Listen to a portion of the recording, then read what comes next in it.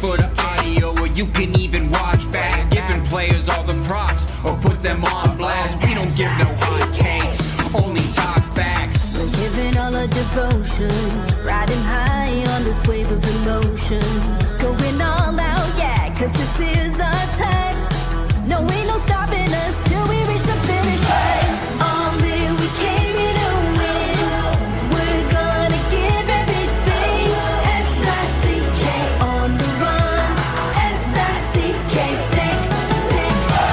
On fire, we're ready to fight. We'll bring the house down tonight. S-I-C-K on the run. S-I-C-K, sick.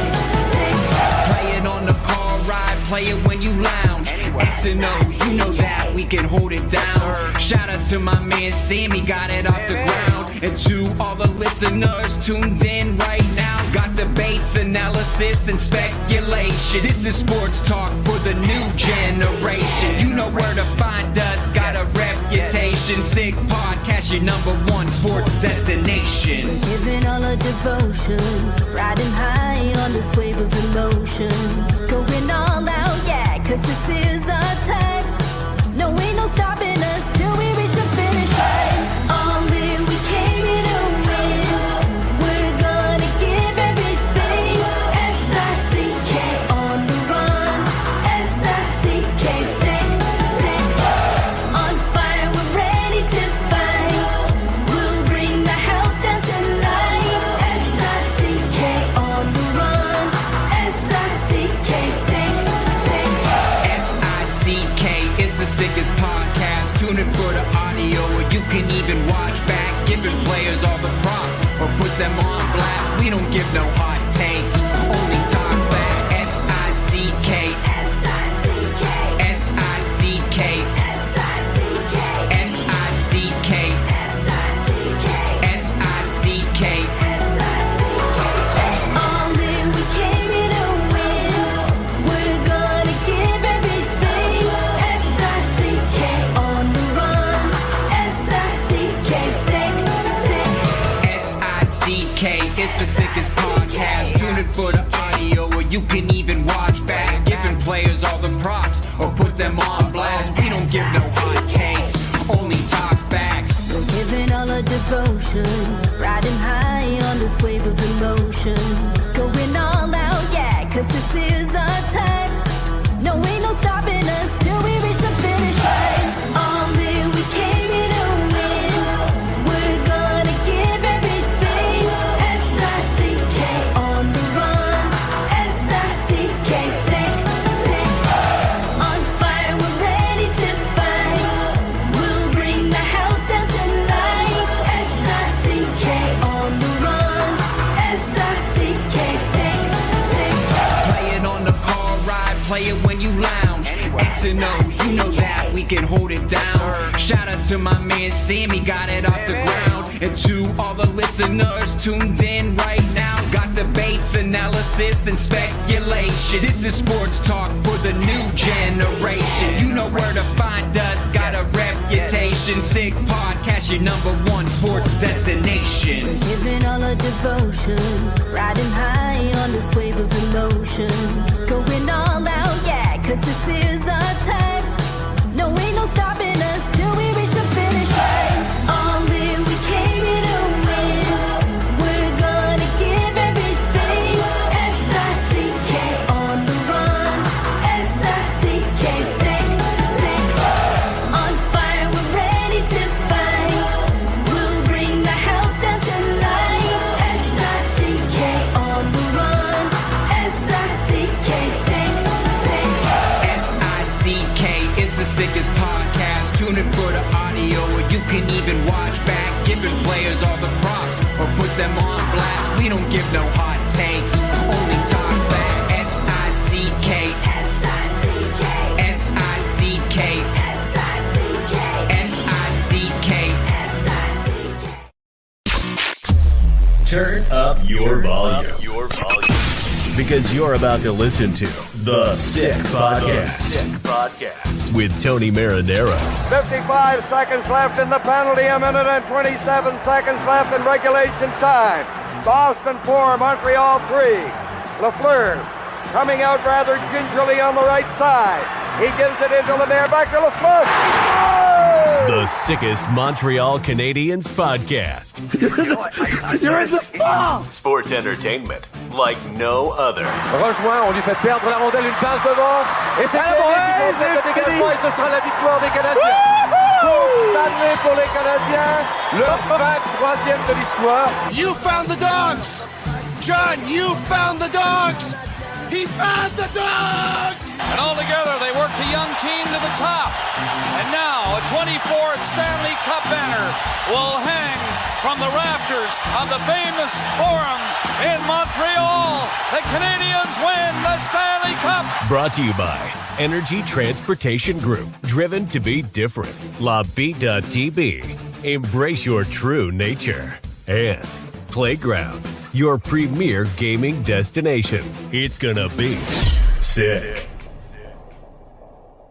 Marinaro, the Sick Podcast on this Wednesday, October 4th. And the Sick Podcast is brought to you by La Bite à TB, right over here, brewed in Quebec, a winner of a dozen international awards. La Bite à TB offers quality microbrewery beers made with premium ingredients for everyone's taste. La Bite à TB, embrace your true nature. Also brought to you in part by Playground, over 600 machines, poker tournaments, and Playground casino games, daily promotions, and unmatched customer service. Why go anywhere else? Located just over the Mercier Bridge, only minutes from downtown Montreal. Playground, and brought to you in part by Energy Transportation Group, a leading full-service logistics provider serving all of North America, driven to be different. I want to let everyone know that tonight's podcast is being pre-recorded, all right? So you're watching it now, but I pre-recorded it earlier on in the afternoon. Why? Because if we're going 10 p.m. live, and in Switzerland, they're 6 hours ahead, I would be starting the podcast at 4 o'clock in the morning. And I know that when I reached out to the coach of Kloten HC, Jerry Fleming, former Montreal Canadien, by the way, and I said, the podcast goes live at 10 p.m., which would be 4 a.m. in Switzerland. He said, yeah, I'll be up at that time. And I said, don't be silly. There's no way I'm going to make you do it at 4 o'clock in the morning. I very much appreciate his time. Without further ado, let's bring him in. Former Montreal Canadien and coach of Kloten HC, Jerry Fleming. How are you? Great, Tony. How you doing? Thanks for having me on. Very well. Very well. I haven't seen you in a long time because I think the last time I saw you was back in 1993-94. You got called up to play a couple of games with the Montreal Canadiens. And back then you were a big 6'5", 240 pounds. You're still 6'5", but you don't look 240 to me. No, I lost a few pounds, I guess, over the years, but feel good. Yeah, feel great. The weight you lost is the weight that I put on. So I guess there was a transfer there. You know, this is, for me, every show is a joy and a pleasure and a privilege to do what I do. Tonight is especially fun because even though I don't know you that well, you are a LaSalle boy, correct? Yes, correct. Like myself. And my uncle went to school with you, Herbie. Huh? Oh God, yeah. We a lot of great memories. A lot of great memories going to school back at LaSalle Catholic back in the day. Yeah, and while Herbie was growing up, he always talked to me about Jerry Fleming. There's this guy I go to school with. He's big, he's strong, he's going to make the NHL, and you're going to see him. And wait till people run into Jerry Fleming. And I know back in the day, I talked to some of your friends. There was the Irish group of friends, and there was the Italian group of friends. And they both groups told me that you hung out with both groups. You talked with both groups, and you're a very likable guy. And you hung out with Kevin and Paulo, and then there was those were some of your guys, I think, right? Oh, yeah, for sure. Yeah, I hung out with everybody. Like, you know, back then everybody kind of hung out with everybody, whether you're French or English. You go back and forth, French, English, Italian, Irish. We all kind of hung out together. We all, picked on each other a little bit, but had a lot of fun for sure. You know what? It hadn't even hit me that you were coach of Kloten until Arpin Basu of The Athletic, to be honest, actually wrote a piece. I don't know if you had a chance to see it. It's a terrific piece. I don't know if you had a chance to read it. I'll send it to you if you didn't. And he talked about, some of the connections with you coaching Kloten, and some people who are involved in the Montreal Canadiens right now. You have some connections with them. So I said, oh, yeah, because I know you had been around. I want to bring up your hockey database if we can to show your career as a player, and then we'll show your career as a coach. Let's bring that up. Okay, so there you have it. Look at that picture. Look at that. That's when I saw you first, right? The Verdun Juniors to the Verdun Junior Canadiens, couple of years, and University of Prince Edward Island, and then Frederick Canadiens, Charlottetown Islanders, Frederick Canadiens, Montreal Canadiens, Fredericton Canadiens, Montreal Canadiens, Fredericton Canadiens, and that was your playing career. We go on to your coaching career, if we can. You have been around, assistant coach of the Fredericton Canadiens. So after you hung up your skates, you were the assistant coach there for the moved on to the Quebec Citadels, which became the Quebec Citadels at the time, if memory serves me well. Tallahassee, Florida, and Springfield, Oklahoma City, and then Bakersfield, Berlin Polar Bears. My God, you've been everywhere, and of course, you know, at one point I talked about the American Hockey League. You know, you were coaching the Edmonton Oilers farm team, if I'm not mistaken, in Bakersfield, was it not? Was with the Oilers for 10 years. It was a good run. Wow. And then Iowa Heartlanders, and now Kloten. Like, what a run. I mean, I hope you have air miles, because you've done a lot of travel, huh? I've been a blessed man, Tony. It's been great. I've been, like I said, I've been blessed. I've been fortunate to work with a lot of great people, a lot of great players. So let's just keep it going. You try to get better. You learn every year. Different experiences every year. But yeah, it's been a blast. At what point did you just say to yourself, I want to coach one day? Somebody asked me that today. I was doing an interview today, and I remember exactly when it was. I was playing in Montreal, and Jacques Demers was our coach. And there was one point I just said, yeah, I would love to do this for a living. So he had a great influence on you then in that regard. Yeah. Jacques was good. He was good for me. He gave me an opportunity. I was there for 2 years. I didn't play much, but I learned a lot, definitely. You know, I want to, before we get into Kloten and your coaching career, I want to start where it all started, of course, in terms of your playing career. When you started off for the Verdun, you played with several players, one of which was Claude Lemieux. Yeah, Carson. Yeah, there's a long list of great hockey players. We went to the Mem Cup in '85, I believe it was. We had a good run, a good season. We beat Chicoutimi in the finals that year. They had a good team too. They had Stéphane Richer was on that team.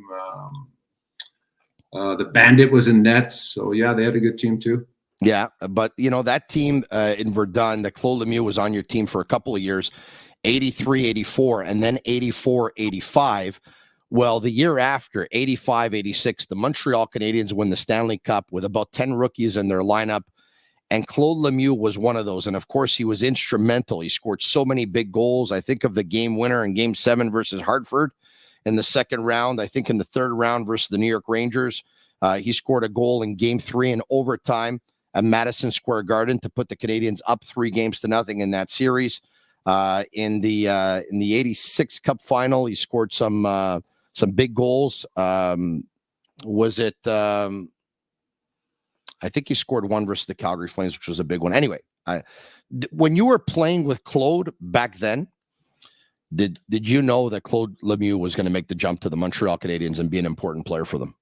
I didn't know that he'd make the jump. I knew that he was going to be a player someday. He was just so good. He's a leader.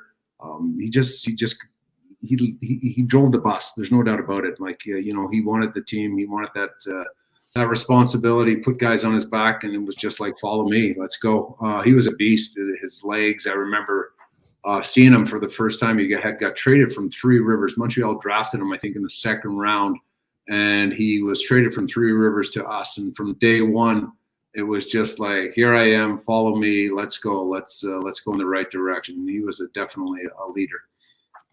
At what point, I asked you, at what point did you know you were going to coach? And you said you were playing for the Montreal Canadiens, probably 93, 94, 94, 95. Jacques Demers was coaching. And at one point you knew that you wanted to coach one day.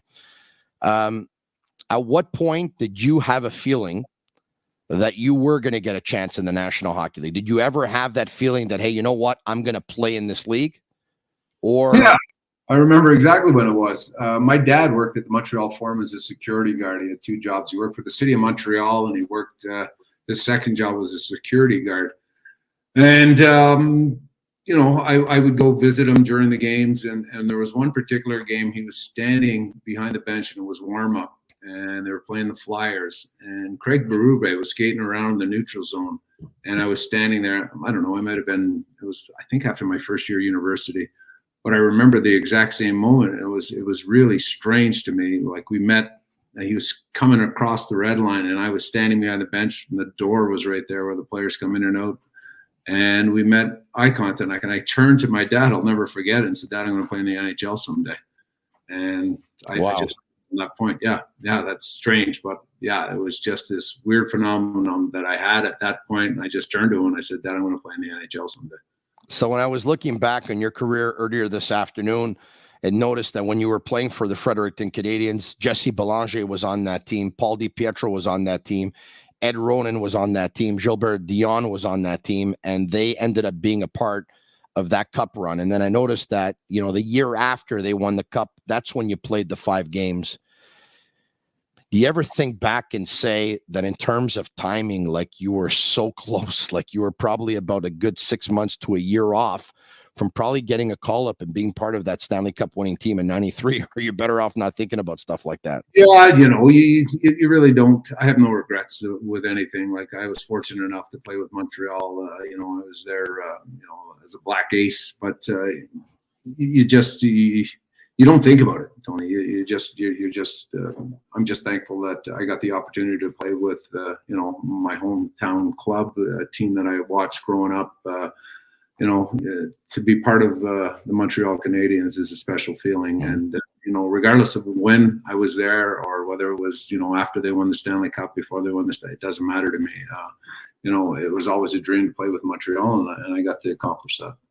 Jerry, George Larac is a regular collaborator on my podcast. He joins me on Thursday nights, and he talks about the job that he had to do. And as much as he was very, very good at it, obviously, he talks about how much anxiety that he had the day before a game, and he was nervous and he wouldn't eat and he would pace and he would think about it all the time. When you look back on the role that you had, which was a similar role in that of bringing more confidence to your teammates and making sure that they were well protected. When you think back now, how did you embrace the role or not? Is it something that you were comfortable doing? Is it something you like doing? Or did you go through those anxieties as well? Well, I don't think anybody gets into hockey to be a fighter. It's so funny. I did an interview earlier this afternoon with a guy from Bern, and he asked me the same question. And, it's the same answer. Nobody gets into hockey to become a fighter. And he asked me when was my first fight. And I remember it like it was yesterday. We were playing junior. It was at the end of the second period. We were playing against Longueuil at the time. They had a major junior team. And I fought and I did well. And right after that, I became a fighter. And, I knew what I had to do. And George is right. The anxiety that you go through, there's no sleeping the day of a game or taking a nap or thinking about what you got to do when you get on the ice. You know what you had to do. And, you're fighting guys. And when you're 6'5", 240 pounds, you're not allowed to lose. So regardless of who you're going against, you're a big guy. You're supposed to win every fight. But, you were fighting tough guys at the time, whether they were 5'10" and 200 pounds. That they were getting paid to do the same thing that you were supposed to do. And the added pressure of being a big guy. And I know exactly what George is talking about. You're not allowed to lose a fight. And if you lose a fight, and everybody's gunning for you. Everybody's coming at. They want to make a name for themselves. They wanted to go after the big guys. So, I don't think anybody gets into the game to fight, but it just evolved, and I knew what I had to do. As you get closer and closer up the ranks, and the level gets, and the competition gets tighter and tighter, and the talent pool, there's not much difference between a first liner and a fourth liner. You have to do what you have to do. Obviously, my skill set wasn't as good. I worked on my skill set. But, I did what I had to do to be part of the team. It's going back a long time now in 93, 94, 95. But I remember one of your fights, if memory serves me well. I think on a couple of occasions you fought Rob Ray. I'm not going to lie to you and be a hypocrite about it. I was a huge fan of fighting in the game back then. I think my stance has changed a little bit. It's something that we're going to talk about. But at one point, I think it was a game in Buffalo, and there were two scraps that broke out at the same time. You were involved in one of them, and I remember watching on television, they went to a split screen, and they showed both of them. Was that right? Am I just... Kevin Holler might have been the other guy that was in the fight. Actually, Kevin and I were roommates on the road that trip, and I think Kevin was the other fight. Is that right, eh? My memory serves me right. But yeah, you're absolutely right. There was two fights going on at the same time. All right. Okay. So you're coaching the team that David Reinbacher is on. A lot of people right now are watching in Montreal and Montreal Canadiens fans, and they're really going to follow this young man's career because, of course, he was drafted 5th overall by the Montreal Canadiens. It wasn't a unanimous pick, and Matvei Michkov was available, and he was a fan favorite because he's an offensive player. And people didn't know that much about Reinbacher, and they're starting to know a little bit more now. But before we get to him, you have a connection with some members of the Montreal Canadiens coaching staff and player development team. Stéphane Robida, you played with him in Fredericton. You were his assistant coach with the Quebec Citadel. I believe you were the assistant coach in Fredericton with Francis Bouillon on the team. Yep. And I believe in one of the seasons where you came up that Rob Ramage was still on the Montreal Canadiens when you got called up, I think. Yes, he was. Yeah. Great connection. JF Wool is my first captain in Tallahassee. The Bucky and I, Kelly Buckberger and I worked together with Edmonton, I think off and on for maybe 7 or 8 years. There's a connection to Montreal. There's no doubt about it. So, yeah, a lot of good people. David's in good hands. He's going to be mentored well with those people at the helm. Oh, that's awesome. But in the meantime, he's in your hands with Kloten, of course. And if I can, I'd like to bring up a conversation that I had with Maxime Lapierre yesterday, who, of course, played for you with the Berlin Polar Bears, right, and B, played also in Switzerland for 4 seasons with Lugano. So he obviously knows the Swiss league very well. And one of the things we talked about on last night's podcast was what would benefit David more. Would it be going to Kloten, which he's at in Switzerland, or had he stayed behind in the American Hockey League and played for the Laval Rocket? Here's a little bit of our conversation, myself and Maxime Lapierre yesterday, if I can bring it up for you. About the homework that you did going into the draft to inquire about Reinbacher, what you heard, what you know about the league, and why you were so excited for this pick. Well, it's simple. First of all, I know pretty much everyone in Switzerland now because I spent so much time. It was great quality time, and I got ex-teammates that are GM now in this league. I got teammates that are still playing, and it's simple. First of all, it's a very good league. I played there. It's very fast, very skilled. Everybody always said to me that it was a soft league. It was European hockey, and it was just about skills and goals. That's not true. That's speed, and there are veterans there. There's guys that played in the NHL. Austin Matthews went there when he was 17. I think he didn't destroy the league. He played good. He was one of the best players. But yeah, Patrice Bergeron, we were talking about Patrice Bergeron. He went there during a lockout, and he was a point a game guy. He didn't go there and just have hat tricks every night, Yeah. So it's a good league. That being said, Joe Thornton played there too. No, didn't he play for Davos? I think. Yeah. Patrick Kane. There's a few guys that played there, so it is a great league. Max, better league than the AHL. I think so because guys are older, and there's a few guys like, let's say me, for example. I played in the NHL. I had the experience. I went there. I was a little slower, but still a good skater. So you bring veterans, you have good young players, you have guys that get drafted anyway. All right, and there's part of it, and then we talked about what benefit we thought there would be in Switzerland and what benefit we thought would be in the American Hockey League. I asked him a question. I'd like to ask you the same question. Swiss league, in your opinion, a better league than the American Hockey League? A little bit, and Max brought up a good point. The guys are a little bit older, a little more experienced, and I think with that, just the level of play, there's a lot more poise with the puck here, but the speed and the skill, I'll put it up against any league. Obviously the NHL is the cream of the cream, but this is a good league to be in. The pace of play, the intent, And it is a physical league. Obviously the ice is bigger.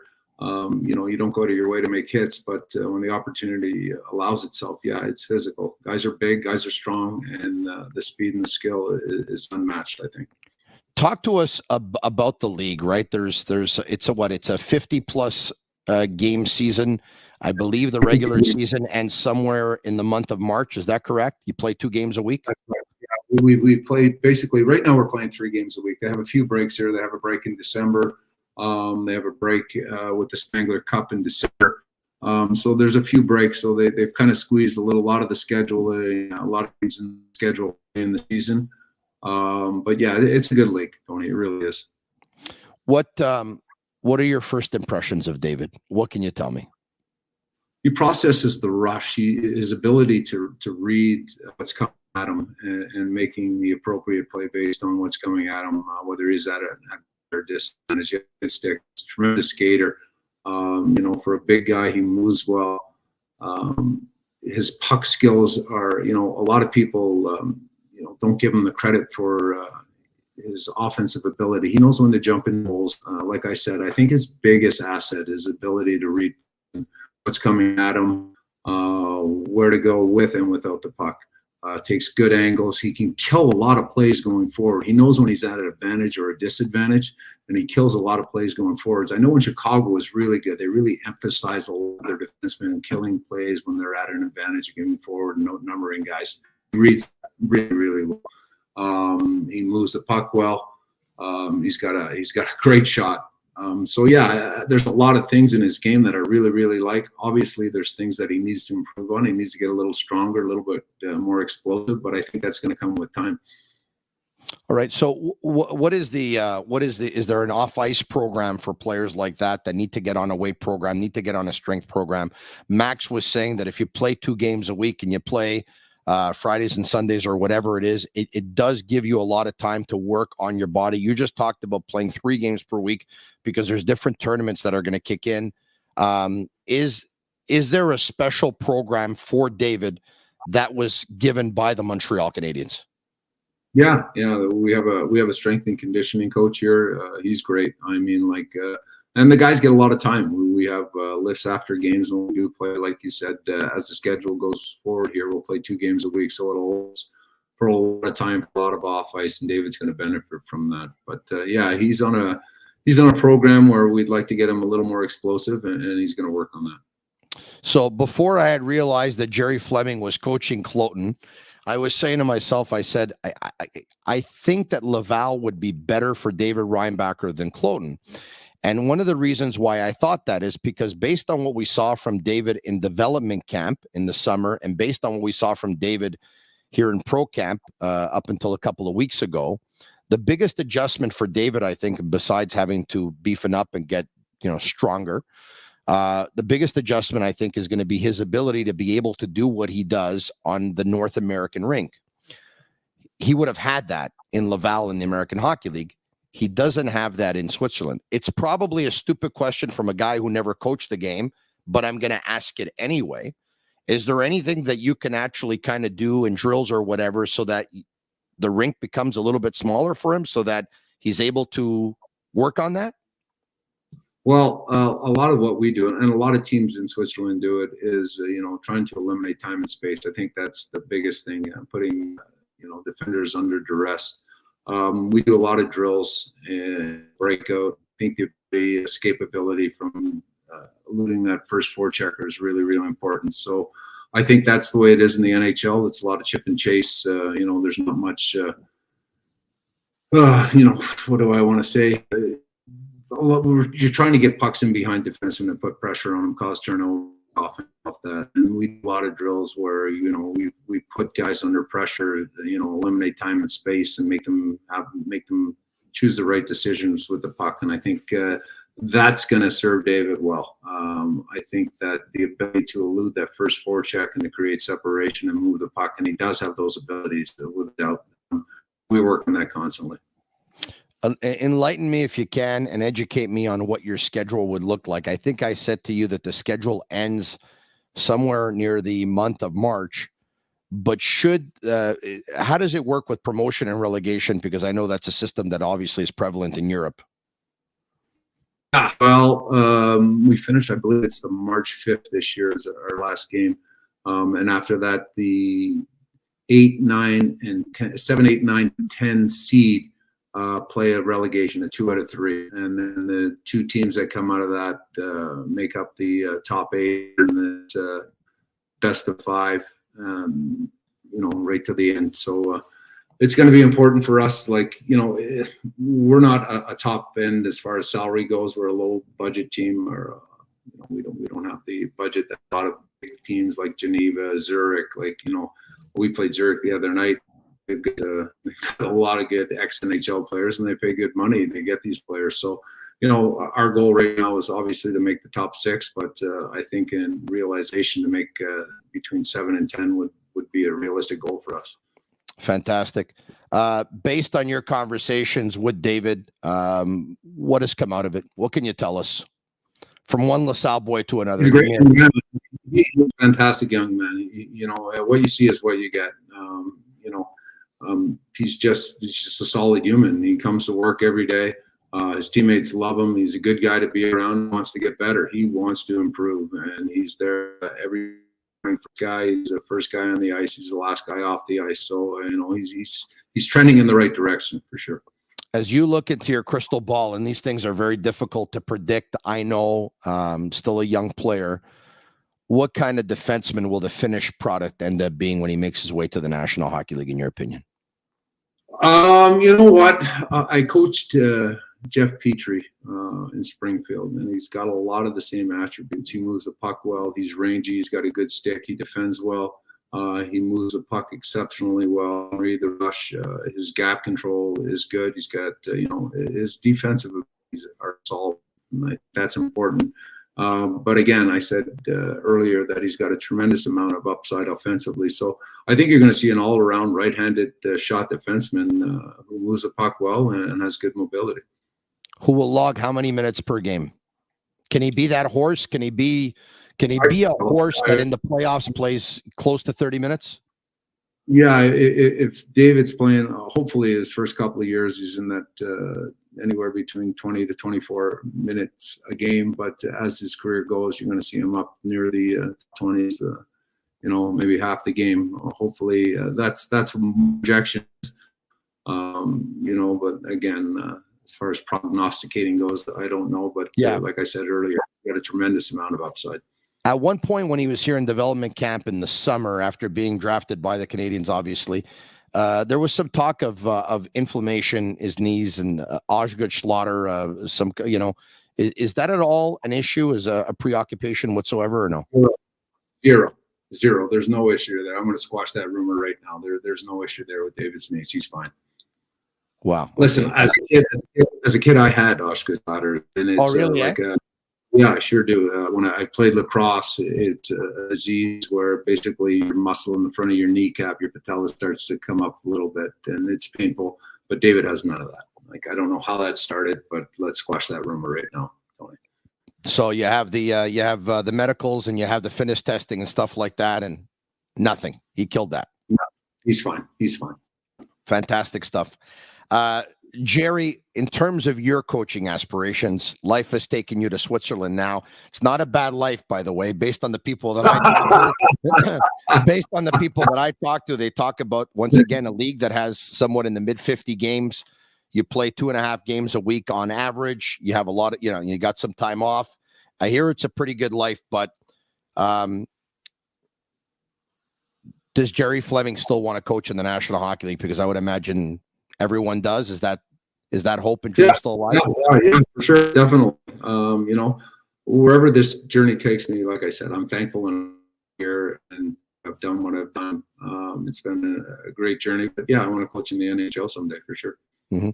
What do you make of Marty St. Louis? His hiring blew everyone away because he didn't have a traditional baggage of coaching experience. I mean, here's a guy who was coaching his son in Panther or Pee Wee, but he had this very modern mind, very modern thinking, works on a lot of his concepts, is a new age kind of coach. He gets an opportunity from Jeff Gordon and Kent Hughes, who both know him very, very well. And he's come in like a breath of fresh air, and the players absolutely love him. Were you blown away to see Marty St. Louis get that opportunity? And what can you tell us based on his body of work so far? Have you had a chance to analyze it at all? Yeah, I watch Montreal. I follow the NHL, and good for Marty. I think it's great. Like, he's done a good job. He really, really has. And it has been a breath of fresh air. He has a different approach. Maybe he hasn't been jaded. So he comes in with new ideas and a fresh approach, and guys have received it well. And, I personally think it's been great. I really do. Like, there's a lot of guys that have been around a long time, and I don't begrudge anybody anything. And I think Marty's come in and, done a tremendous job with a young team. So good for him. Based on what you hear that Jerry Fleming is a player's coach. Is that the way you would describe yourself? Is it more than that? Is that not the case? What can you tell me about your coaching methodologies and methods? Listen, I have a common sense kind of approach. It's just like I let the players police themselves. I think that's important. I don't have many rules. It's show up on time, pay attention, be focused, and be present. Be in the moment. Be right where you're at right now. I think when guys focus on the process and then they're in the moment, you'll get the most out of them. So it's like I said, it's a common sense kind of approach. It's served me well. You're always evolving. You're always trying to get better. You're always trying to learn new things. I've had the greatest opportunity to work with so many great guys in this business, and I've learned from so many guys. Tony, it comes back to being blessed. I just feel like I've been blessed and I've been fortunate throughout my career. How does Jerry Fleming want to see his team play the game? How do you play? We play hard. Like I said, we're not the biggest budget team over here in Switzerland, but our guys care about one another. They compete for one another. They play for one another, and that's all you can ask for. We like to pressure the puck. I think a lot of the stuff that we do in practice and a lot of things that that we teach, we're always above the puck when we don't have it. We're always trying to generate offense. We have that attack mindset. It's just again, it comes back to a common sense kind of approach with the puck. I think that we try to teach guys to play without the puck a lot. Like, if you think about it, a good player might have the puck on his stick from anywhere between 50 to a minute and 10 seconds on his stick. So you better be able to play without the puck. And when you have the puck, it better leave you in a better place than when you had it. So that's the approach that we have. Based on all the information we have today in 2023, fighting and the dangers that come with it, CTE, we've lost some players at a very young age. They've had some of them have had problems with drug addiction, alcohol addiction. Tragically, some have actually taken their life, and we've lost them at a very young age. Based on what we know, has your opinion changed on maybe fighting in the game? Do you think there's still a place for it? I do think there's a place for it. Really, eh? Yeah, I do. Obviously, it's gone the way of the dodo here a little bit, but I've seen guys, that because of fighting not being as prevalent as it once was back in the 90s, get a little more dirty or a little cheaper with their sticks, and I think it's just a way of guys policing themselves a little bit. I really have a tough time with if a guy gets a clean body check and then all of a sudden the gloves are flying. Like, listen, hockey's a physical game, and you got to keep your head up and you got to protect yourself. You got to be smart out there. And if there's a good physical hit made, like clean shoulder to shoulder, and the guy gets rocked, like, not everybody has to drop their gloves. Put it in your computer and say, yeah, okay, buddy, keep your head up when you're on the ice with me. Like, I'll just put it in the computer bank and you go hunting. Like, when the opportunity presents itself, you get them with a good, clean physical hit. And if a fight stems from that, so be it. But not because, a guy gets hit and then everybody's, it was a dirty hit or it's a hit from behind. By all means, like, everybody get in there and protect your teammate. But if it's a good physical play on a puck, like, the guy shouldn't have to, be aware of who's coming after him because I made a good physical play. So, yeah, I think there's a place for it, but it's not as staged as it once was. That's for sure. Is there a coach in the National Hockey League that you watch with a lot of interest and admiration more than others? There's a lot. There's a lot of guys that I try to take a page from, I guess. You know who I'm a big fan of, if I can throw you a name? Yeah, go ahead. Rod Brindamore. Yeah, I like Rod. I like Rod. I like Paul. I like Torch in Philly. There's a lot of guys, but I like Paul. I like Paul Maurice. I've known Paul. I worked with Paul when I was with Carolina, and I just like his approach. His players respect him. He understands the game well. I do like Paul. What a run they had, eh? Yeah, that was incredible. Yeah, it was good. It was good to see. Best player in the NHL not named Connor McDavid is? Oh, Makar, I think for really? Colorado. Yeah, he's a good player. He's a really good player. Yeah, I like the way he plays hockey. When you take a look at the game played back in the 80s, the 90s, and now, we know it's a young league, the National Hockey League. We know it's a fast league. I'm a little bit of an old-fashioned guy. I mean, for me, Gretzky was king and Lemieux was king, and I don't want to see Ovechkin break. I don't want to see Ovechkin break Gretzky's records. Like, that bothers me. And even though he wasn't the best player of all time, for me, Guy Lafleur will always be. So I'm one of those traditionalists and old-fashioned. I want to interrupt you for a second, but before the podcast started, I was listening to your intro music and the way you had, and you have Danny Gallivan announcing that goal. And I remember watching, I still get goosebumps when you were playing that. It was just like I had it pictured in my mind. I remember it as a kid watching it. So, yeah, I'm on the same page as you when it comes to that. 1979 Montreal Canadiens versus the Boston Bruins at the Montreal Forum. Don Cherry's team, too many men on the ice. The Montreal Canadiens go on the power play. And I think there's about a minute 26 left in regulation. It's Lafleur to Lemaire, who drops it back to Lafleur, and he beats Gilbert, ties it up, and then they go to overtime, and Yvon Lambert scores the game-winning goal. And I got something for you on Yvon Lambert. Are you ready? Yeah. He lives a couple of blocks away from my house in Villasal. Oh, that's fantastic. He coached me in junior, my second year. Is that right? Yeah. He's a good man. He's you know who else lives in LaSalle nowadays? Réjean Houle. Yeah, Réjean. Yeah, I knew that. He lives over there in Riverside, I think, right? Yeah, he lives he lives by the water. He lives by the water, yeah. And I actually get together with Réjean and Yvon every now and then. We share a mutual friend, and we have a beverage together. And awesome. Those guys, they still want to talk hockey 24 hours a day. It's unbelievable. Yeah, listen, Réjean was a GM when I was in Montreal, and I owe a lot to Réjean. He really gave me an opportunity. Him, Sarah Savard. But when you're talking to them, please send my regards to both those. They're good individuals. I will. But the fan base, Jerry, and I'm so happy to hear from you and touch base with you. I'm going to tell you, they're really intrigued on this Reinbacher kid. Okay, so I'm hoping that we can have some kind of collaboration here. Maybe we could touch base like once a month or something, if you can give us an update on him. But how regularly or not do you think that you're going to be involved with members of the organization vis-a-vis Reinbacher and where he's at and what you're working on and all that stuff? Yeah, I just got a call today from Rob Ramage, and he's going to be here in November. We play Davos. I forget who we play. We play a Friday, Saturday. I know the second game is in Davos, so I asked him today if he wanted to hop on the bus with us. So, yeah, we'll be in pretty close contact with Montreal, and our GM, Larry Mitchell, will be in contact with the GM in Montreal, and there'll be constant flow of communication back and forth on his progress and where he's at. So that's amazing. So in ending, once again, now I love to a little bit of rapid fire here and ask some greatest player of all time is Wayne Gretzky. Greatest player that you ever played against, that you were on the ice against in the National Hockey League? Mario Lemieux. You were on the ice versus Mario. Yeah, junior. Oh, in junior hockey. He was a special player.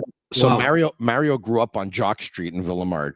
Yeah. And I have a couple of friends who grew up on Herto, and they used to play ball hockey, right? So they used to play the French kids versus the Italian kids, and the Irish would have a team too and stuff like that. And my buddy was obviously on the team with the Italian kids, right? So I said to his name is Danny, and I said to him, Danny, what were the games like? And he goes, well, after about 20, 25 minutes, it was like 10-0, 11-0. And I said, Mario had scored like 9 goals. I said, thank God you were playing him in ball hockey and not in ice hockey. He was fun. He was just fun to watch. He really was. Yeah. Yeah. Most exciting player ever, in your opinion? Oh, wow. I'd have to go Connor McDavid. Your personal favorite player of all time? Oh, Guy Lafleur. Look at this. Hold on a second. I got something for you.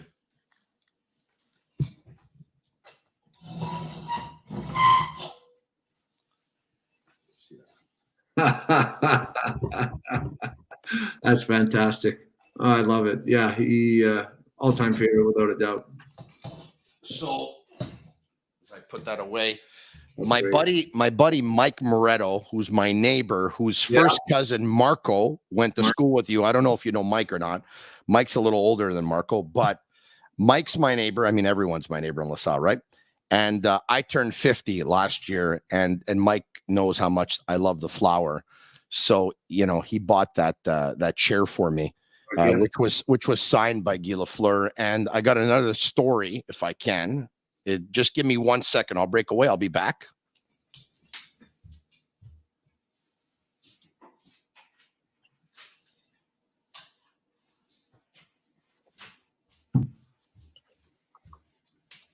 There you go. Now you're talking.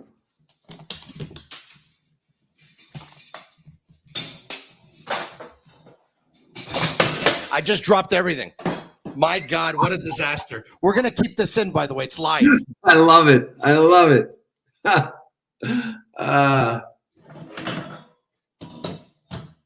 You know what the best part is? There's partitions behind me, Yeah. and they almost went flying too, all right? So this is getting better than that. Real television. This is the beauty of podcasting. Stuff like this can happen. Now, I can choose to edit it out. I'm going to keep it, all right? Because I think it's funny. I love it.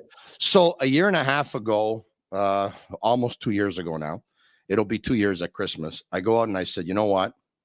I was the biggest Guy Lafleur fan growing up, and I don't really have anything of Guy Lafleur merchandise. So I'm going to go out and I'm going to buy this. Nice. The flower. Yeah. So I go out and I buy that and I put it on social media. And Guy Lafleur's agent sees it and he forwards it to the flower. And then his agent gets a hold of me and says, I just spoke to Flower. Get me the jersey. He wants to sign it. Now, Guy's going through cancer at this point, right? Yeah. And he's not doing well. And I'm like, please, no, I don't want him to inconvenience himself and stuff like that. And he says, no. He says he wants to do it. So I bring him the jersey. And 1 week later, he calls me and he says, come pick it up. I go pick it up. And then as I go pick it up and we meet, he's on the phone. He picks up the phone. He goes, Flower wants to talk to you. So I said, Guy, I know what you're going through. I can't believe you took the time to sign the jersey and have to do that. And he said, Tony, if you're going to take the time to go out and buy my jersey, get my jersey, you deserve to have it signed. It's the least I can do. That was Guy Lafleur. Awesome. That's a great story. Yeah, I remember the first time I met him, and he's the flower. He was the best. As a child, you'd watch him, and so many memories growing up, watching him come down the right wing with that late slap shot and the hair blowing in the wind, and just your favorite tough guy. Terry O'Reilly. Wow. Yeah, now, weren't you a Montreal Canadiens fan growing up? Tell you what I loved about Terry O'Reilly is he made himself a great hockey player along the way. Like he, became an impact player, but he started off as a tough guy. And I just can only imagine the time and the work that he had to put in to become the player that he became. And I admire it. Chris Nyland ended up becoming a funny goal scorer. There's another guy that, that line of him gaining Carbonell, what a line that was. You're right about that. Chris Nyland ended up scoring a goal on a penalty shot once against Brian Hayward in the Winnipeg Jets, and he fake forehand, went backhand, put it up and over him. And then I'm like, oh my God, I didn't know he had that in his arsenal, which was pretty funny. But didn't you grow up a Montreal Canadiens fan, right? You talked about Lafleur. Yeah, for sure I did. But so how the hell can you say Terry O'Reilly? He's a guy we grew up to hate. Only, I guess, for the admiration of what he became as a player. Like, he was great. Like Knuckles clocked him once. I think he split him open for about 25 stitches, a game that was played at the Boston Garden. I think it was one of the greatest days of my life.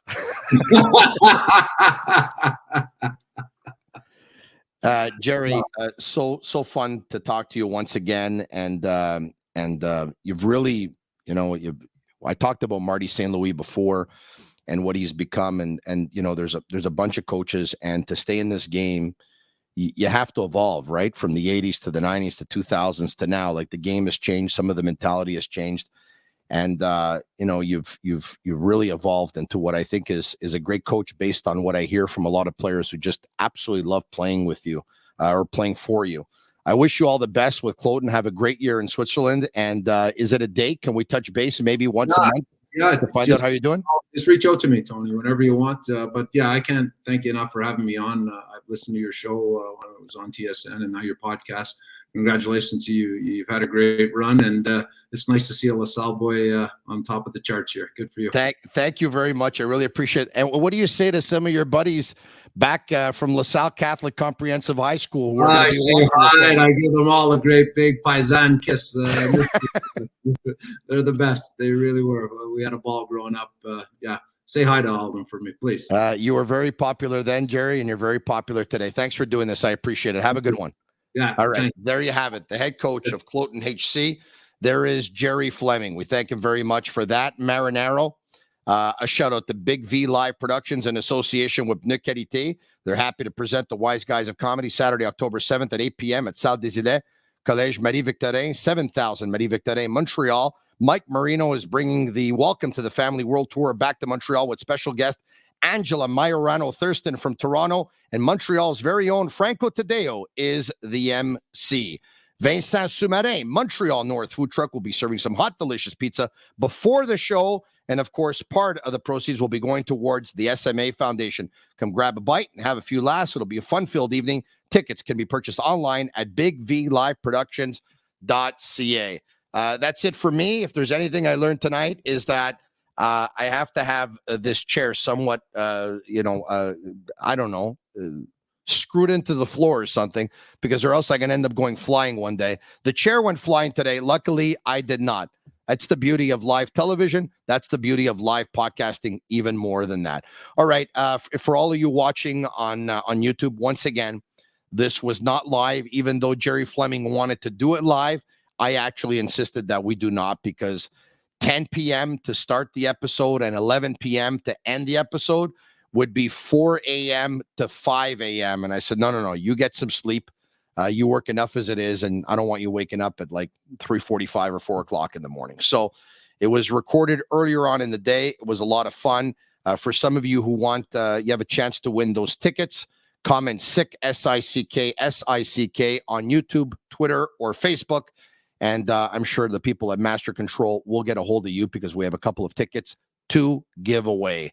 For Agnello, Sammy, and Juliana at Master Control, it's the Sick Podcast. I hope you loved it. I'm Marinaro. And that's a wrap. Hope you don't miss us too much until next time. Follow the Sick Podcast with Tony Marinaro on YouTube, Instagram, Facebook, Google Play, and Apple Podcasts. The Sick Podcast is brought to you by Energy Transportation Group, driven to be different. La Vida.tv, embrace your true nature. And Playground, your premier gaming destination.